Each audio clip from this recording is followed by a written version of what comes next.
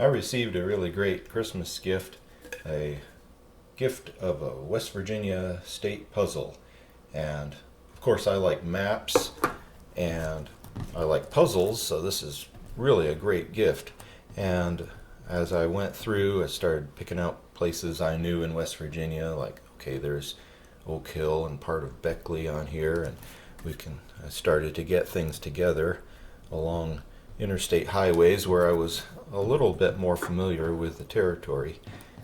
And as the pieces started fitting together, I discovered there was a little bit of a problem with this puzzle that I had not expected in any way. I had trouble with them actually sticking together.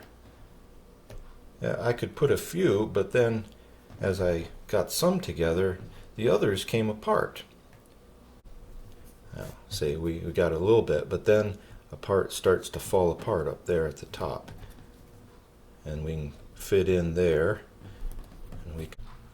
There's a key ingredient to this puzzle in that the pieces are magnetic, and they will always need a backing for them to fit together.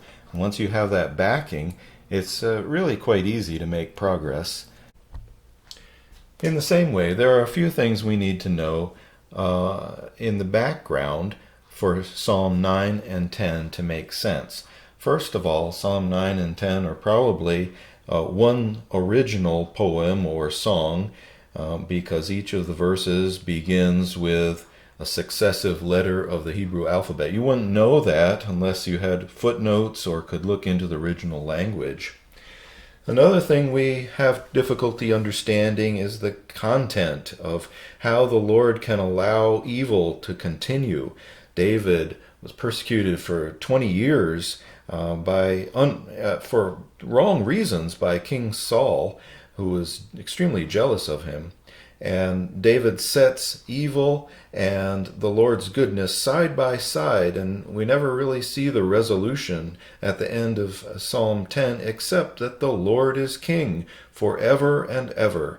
The nations will perish from his land. You hear, O Lord, the desire of the afflicted. You encourage them, and you listen to their cry, defending the fatherless and the oppressed, in order that man who is of the earth may terrify no more. Life is not meant to make sense apart from faith in Christ Jesus, apart from faith in the Lord. And those that try to have all the answers before they believe are going about it the wrong way. We have to believe first. Then the problem of good and evil and the Lord's permitting evil to continue makes sense in light of our relationship with him.